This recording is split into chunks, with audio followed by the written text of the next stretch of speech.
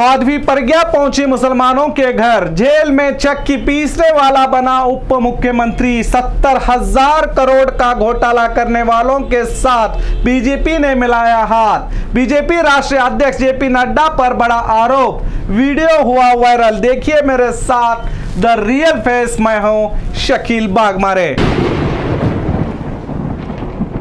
BJP विधायक JP Nadda ने 2019 के लोकसभा चुनाव के समय चांदवाली ट्रॉमा केयर सेंटर की बुनियाद रखी गई थी। अब इस चांदवाली ट्रॉमा सेंटर की हकीकत भी देख लीजिए जो सोशल मीडिया में वायरल है। नमस्कार साथियों, आज मैं आया हूं चंदौली के ट्रॉमा सेंटर को आपको दिखाने के लिए। यह राष्ट्रीय स्वास्थ्य मिशन कार्यक्रम के अंतर्गत ट्रॉमा सेंटर महेवा चंदौली का शिलान्यास माननीय जगत प्रकाश नड्डा जी, श्रीमती अनुप्रिया पटेल जी, माननीय डॉक्टर महेंद्र नाथ पांडे जी, श्रीमती साधना जी और श्री सुशील सिंह जी विधायक जी ने इसका शिलान्यास कब किए थे? जब 2019 का चुनाव था, उससे 1 साल पहले 2018 में। आज 2023 है, फिर प्रेस कॉन्फ्रेंस हुआ है क्योंकि 2024 में चुनाव आ गया है, इसलिए ट्रॉमा सेंटर चंदौली का याद आ गया है।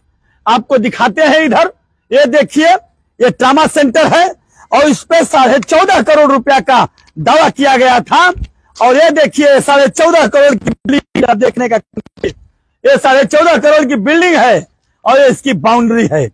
यही है ट्रॉमा सेंटर, क्योंकि जानते हैं 9 साल चंदौली बदहाल को लेकर मैं आज चला हूं। आज एपिसोड का ये 4था दिन है, आज पोल खोल अभियान का 4था दिन है और मैं दिखाने का काम कर रहा हूं कि आप लोग देखने का काम करिए। यह है चंदौली का ट्रॉमा सेंटर। उत्तर प्रदेश के वाराणसी के चांदवाली जिले के बीच नेशनल हाईवे पर बेहतर स्वास्थ्य सुविधा देने के नाम पर बनाए जाने वाला ट्रॉमा सेंटर की बुनियाद 4 साल बाद भी जैसे की तैसी पड़ी हुई है। भारतीय जनता पार्टी के नेता अक्सर इस सवाल पर गोल मटोल जवाब देते हैं, इसे टाल देते हैं। ये ट्रॉमा सेंटर का क्या होगा और कब तक बनेगा या बनेगा ही नहीं, इसका किसी के पास कोई जवाब नहीं, या अभी बंद करवाना है, कोई जवाब नहीं। आपको बता दूं कि चांदवाली जिले के माहेवा गांव में नेशनल हाईवे के किनारे 8 दिसंबर 2018 में केंद्रीय स्वास्थ्य मंत्री जेपी नड्डा और स्थानीय सांसद महेंद्र नाथ पांडे के द्वारा 3 करोड़ 12,95,000 की लागत से ट्रॉमा सेंटर का निर्माण कार्य शुरू किया गया था। लेकिन उसके बाद इस योजना को किस कारण से ठंडे बस्ते में डाल दिया है, इसका जवाब भी नहीं मिला है। समाजवादी पार्टी के नेता अक्सर ट्रॉमा सेंटर के नाम पर भारतीय जनता पार्टी के जनप्रतिनिधियों से सवाल पूछा करते हैं और उनके शिलान्यास और उद्घाटन वाले बात को याद दिलाया करते हैं। इतना ही नहीं, समाजवादी पार्टी के पूर्व विधायक मनोज कुमार सिन्हा जहां ट्रॉमा केयर सेंटर का काम बंद पड़ा है, वहां जाकर बुद्धि शुद्धि योग भी कर चुके हैं। इस तस्वीर में आप देख सकते हैं, ताकि भारतीय जनता पार्टी के नेताओं को इस ट्रॉमा सेंटर की याद आ जाए और वो जल्द से जल्द इसे बनाने का काम फिर से शुरू करे। अब आप ही सोचिए, देश में कितनी तरक्की हो रही है और देश के नेता देश को किस ओर ले जा रहे हैं। अब बढ़ते हैं दूसरी न्यूज की तरफ। आपको तो पता ही है, महाराष्ट्र में एनसीपी ने भी बीजेपी का हाथ थामकर ट्रिपल इंजन की सरकार बना ली है। अब इसी एनसीपी के बारे में हमारे देश के प्रधानमंत्री, देश के चौकीदार मोदी जी की क्या राय थी, देख लीजिए। विपक्षी दल किस चीज की गारंटी है? ये दल गारंटी है भ्रष्टाचार की। अगर मैं एनसीपी की बात करूं तो एनसीपी पर भी करीब करीब 70,000 करोड़ रुपए के घोटालों का आरोप है।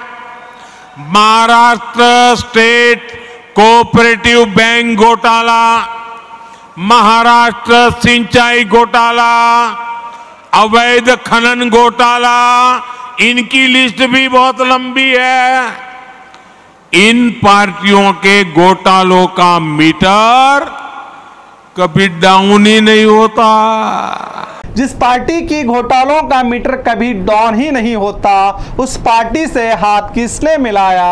मोदी जी। 70,000 करोड़ घोटाले के आरोप आप ही लगाते हो और उनसे हाथ भी आप ही मिलाते हो। आखिर आप कहना क्या चाहते हो मोदी जी? मोदी जी ने क्या कहा और क्या किया आप जनता के सामने ही है। अब जरा महाराष्ट्र के पूर्व मुख्यमंत्री, प्रेजेंट उप मुख्यमंत्री देवेंद्र फडणवीस का ये भी वीडियो देख लीजिए। घोटाळ्यामध्ये अजितदादांची अवस्था आम्ही काय करणार? आमचे नाथाभाऊ खडसेंच्या भाषेत सांगायचं झालं तर आमचं सरकार आल्यानंतर अजितदादा चक्की पिसिंग पिसिंग पिसिंग अँड पिसिंग ची अवस्था आम्ही काय करणार? आमचे नाथाभाऊ खडसेंच्या भाषेत सांगायचं झालं तर आमचं सरकार आल्यानंतर अजितदादा चक्की पिसिंग पिसिंग पिसिंग अँड पिसिंग। तो सुना आपने जो फडणवीस अजीत पवार को जेल में चक्की पिसवाने की बात कर रहे थे, अब उसी अजीत पवार को महाराष्ट्र का उप मुख्यमंत्री बनाकर अपने साथ अपनी ही हुकूमत में बटा लिया। ये बात इन्होंने 2014 में कही थी। उसके बाद खुद महाराष्ट्र के मुख्यमंत्री भी बन गए थे और अजीत पवार के साथ ही हाथ मिलाकर हुकूमत भी बनाई थी और रातों रात अजीत पवार पर जो इल्जामात थे उसे खारिज कर दिया गया था। बाद में 48 घंटे के अंदर ही अजीत पवार ने बीजेपी को धोखा देकर शिवसेना से हाथ मिलाकर सरकार बना ली थी। जिसे जेल में चक्की पिसवाने की बात कही गई थी, जिसने बीजेपी की सरकार को ही गिराया था, उसे अब 2023 में फिर से गले लगाकर अपने पास बिठा लिया। क्या आपको लगता है ये नेता देश को तरक्की की ओर ले जाएंगे? अपनी राय नीचे कमेंट बॉक्स में दीजिए। साध्वी प्रज्ञा को तो आप जानते ही होंगे, जो एक धर्म के खिलाफ आग उगलने में और एक धर्म के खिलाफ नफरत फैलाने में काफी मशहूर है, जिसने गांधी जी का तक अपमान किया था। हमेशा हिंदुओं को मुसलमानों के खिलाफ नफरत बांटने का काम करती है। जरा उसका भी असली चेहरा यानी द रियल फेस देख लीजिए।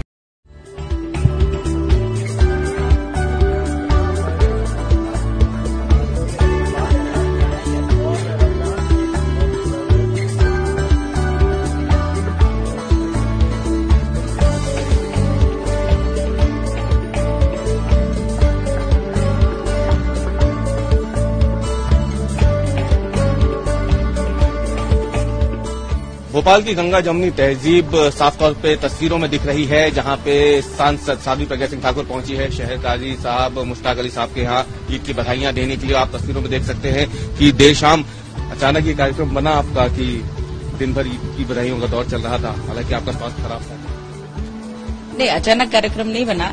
मुझे मालूम है कि ईद आने वाली है और इसलिए मुझे आना ही था। मैं भोपाल की सांसद हूँ और भोपाल में जो भी रहते हैं हम सबका साथ सबका विकास मोदी जी की मान्यता है, सबका विश्वास भी है। तो निश्चित रूप से हम सबकी सांसद हैं। मैं मानती हूँ इस चीज को कि पूरा भोपाल जो लोकसभा क्षेत्र है उसकी मैं सांसद हूँ, तो निश्चित रूप से हमारा कर्तव्य बनता था कि हम हर त्योहार में एक दूसरे के साथ मिलकर के रहें। हमारे त्योहार पे आप हमें बधाई दें, हमारे और आपके त्योहार पे हम बधाई दें। मिलकर के जब चलेंगे तो भोपाल का जो स्वरूप होगा बहुत सुंदर होगा। और मानवीयता और इंसानियत ये सबके अंदर है, इसको बस थोड़ा सा उभारने की आवश्यकता है। तो अभी क्या कहा काजी साहब ने? हमने एक दूसरे को बधाई दी और काजी साहब हमारे साथ हैं, हम आपके साथ हैं, मिलकर मुंह मीठा किया? बिल्कुल। तो सुना आपने भोपाल की सांसद साध्वी प्रज्ञा अपने लोकसभा चुनाव क्षेत्र भोपाल पहुंचकर शहर काजी के घर ईद की बधाई देने पहुंची और काजी साहब को मिठाई पेश की और कहा हम सबके सांसद हैं और सांसद होने के नाते कहा कि हम हर त्योहार में एक दूसरे के साथ मिलकर रहें। हमारे त्योहार में आप हमें बधाई दें और आपके त्योहार में हम आपको बधाई दें। मिलकर जब चलेंगे तो भोपाल का जो स्वरूप होगा वो बहुत ही शानदार होगा। इंसानियत सबके अंदर है, इसे थोड़ा सा उभरने की जरूरत है। वाह, क्या शानदार विचार हैं। और ये विचार कौन कह रही है? बीजेपी सांसद साध्वी प्रज्ञा। क्या बात है। अब इस वीडियो को देखकर साध्वी प्रज्ञा के बदले हुए रूप को देखकर बीजेपी, आरएसएस, बजरंग दल के कार्यकर्ता भी परेशान हुए होंगे। तो मैं उन सभी कार्यकर्ताओं से कहूंगा, इसमें परेशानी की क्या बात है। यह वीडियो 2019 का है। साध्वी प्रज्ञा ईद के मौके पर शहर काजी के घर गई थी, जो अब वायरल हो रहा है। मगर समय के हिसाब से ये नेता रंग बदलते रहते हैं। सिर्फ साध्वी प्रज्ञा ही नहीं, अभी देखिए कई नेता किस तरह गिरगोट की तरह रंग बदलते हैं। इसी तरह आपको कई नेता रंग बदलते हुए दिखाई देंगे। जो कभी मुसलमानों के खिलाफ बोलते थे, अब वोट के चलते अपने अधिकार को बचाए रखने के लिए मुसलमानों के घर भी जाएंगे और उनकी मस्जिदों में, दरगाहों में भी आपको दिखाई देंगे। वो अपने फायदे के लिए सब कुछ करने को तैयार हैं। बस जनता ही बेवकूफ है, जो हमेशा इन नेताओं के बातों में आकर हिंदू मुस्लिम की गंदी सियासत में फंस जाते हैं, लड़ते हैं, मारते हैं और आरोपी भी बन जाते हैं। आप जेल चले जाते हैं और ये नेता पार्लियामेंट चले जाते हैं। बस आप में और इनमें इतना ही फर्क है। वो आपको इस्तेमाल करते हैं और आप इस्तेमाल होते ही रहते हैं। याद रखिए, ये नेता देश के आम नागरिकों के रिश्तेदार नहीं होते। ये सिर्फ कुर्सी के भूखे होते हैं। इनको देश से, देश की जनता से कोई ताल्लुक नहीं। बस यही कहूंगा, कोई नेता हो या कोई अधिकारी, जब वो गलती करता है तो जनता को अधिकार है खुलकर बोले, इसके गलतियों पर आवाज उठाए। अंधभक्तों की तरह अंधे, बहरे और गूंगे ना बने और बेवकूफ ना बनकर अपनी आंखें खुली रखें। तभी देश आगे बढ़ेगा, तभी देश का हर एक नागरिक तरक्की करेगा, तभी देश से बेरोजगारी दूर होगी। नफरत से तो आप अपराधी ही बनोगे। इस बात का ख्याल रखिए और उनका भी ख्याल रखिए जिसका ख्याल कोई नहीं रखता। और देखते रहिए द रियल फेस।